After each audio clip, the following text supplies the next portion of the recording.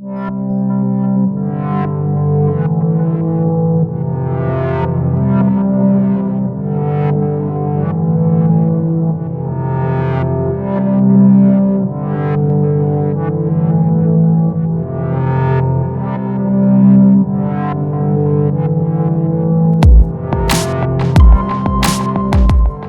what's up guys? It's Rick with the Digital Divide.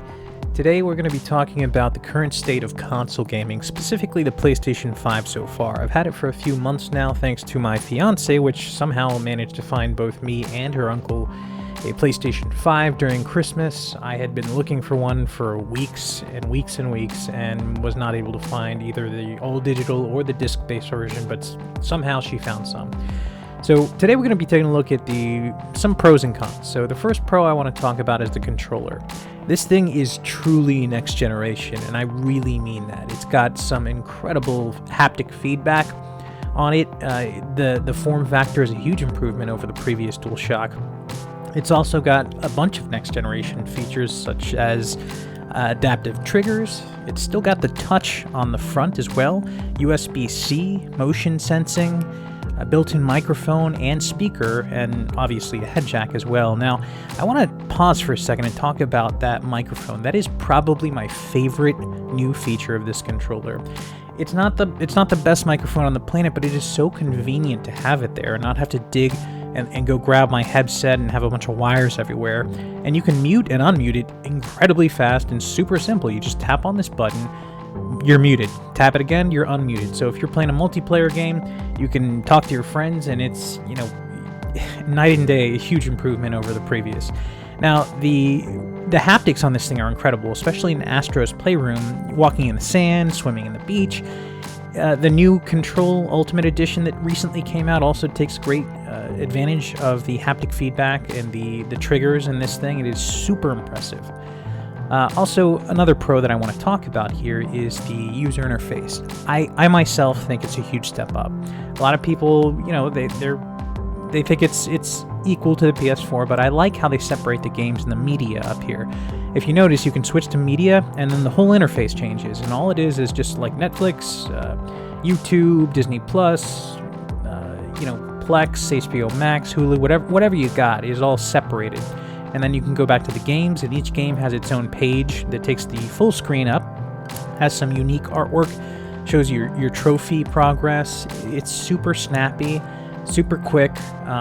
The PlayStation Store is now integrated into the interface, so it's just right there. You don't have to go to a separate app to buy things or browse the store, which is I think is great. Another massive leap forward is the SSD. So this has one of the fastest SSDs on the market that you can buy. Now, Mark Cerny did a whole technical breakdown of the performance of this particular drive in comparison to other drives on the market, in addition to the PlayStation 4. And as you can see on this chart, the difference is astounding. Now, if you look at a game in real time like Miles Morales, you can see starting it from the main menu. Just to get into the game on a PlayStation 5, it takes no longer than about 4 seconds, a little over 4 seconds. And that's impressive in and of itself, but once you're in the main menu and you go to jump in the actual game, it's even quicker. And that's right, 1 second and 1.2, a little over a second. I can't even talk, it's so fast. It's 1.32 seconds to get into the game. Now, if you jump over to the PS4 Pro and then do the same thing and jump into the game from the main menu, you'll see the difference here is incredible. It takes a whopping 33 seconds versus 1.3 seconds to get into the game on the PS5, and that's huge. Another pro is that the PlayStation 5 supports hardware-based ray tracing, and you can see in Spider-Man here the difference between not having it and having it. You have real-time accurate reflections versus using simple cube maps as in a proximity. So you can see here that underneath Spider-Man and the entire city is all reflected in real time, which is super impressive. The thing is, if you go to the PC side, the lowest card you can get that gives you decent ray tracing is a 2060, and you can see the prices are absolutely ridiculous right now. So when we compare it to the PC, and keep in mind I did a comparison between PC and consoles already, but things have changed.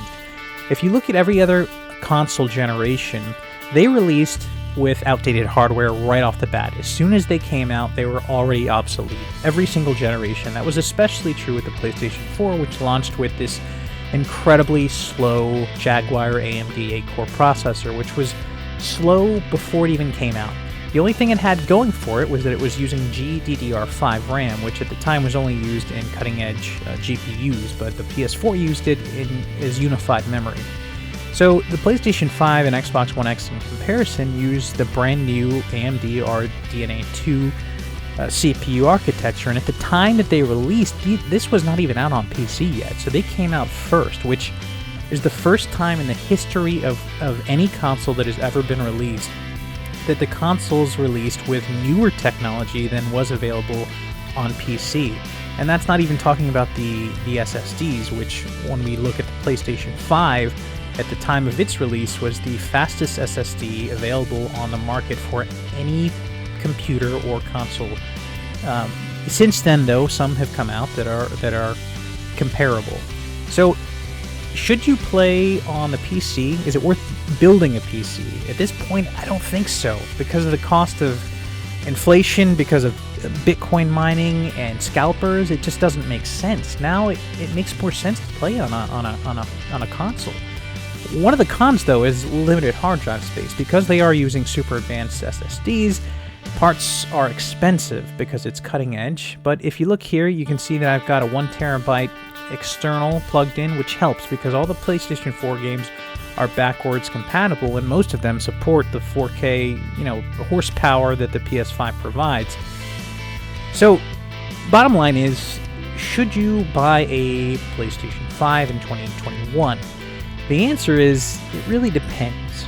In my opinion, if you have either of these two consoles, the PlayStation 4 Pro or the Xbox One X, then no, it's really not worth it right now, because there's nothing exclusive to any of the new systems that is worth spending that much money on.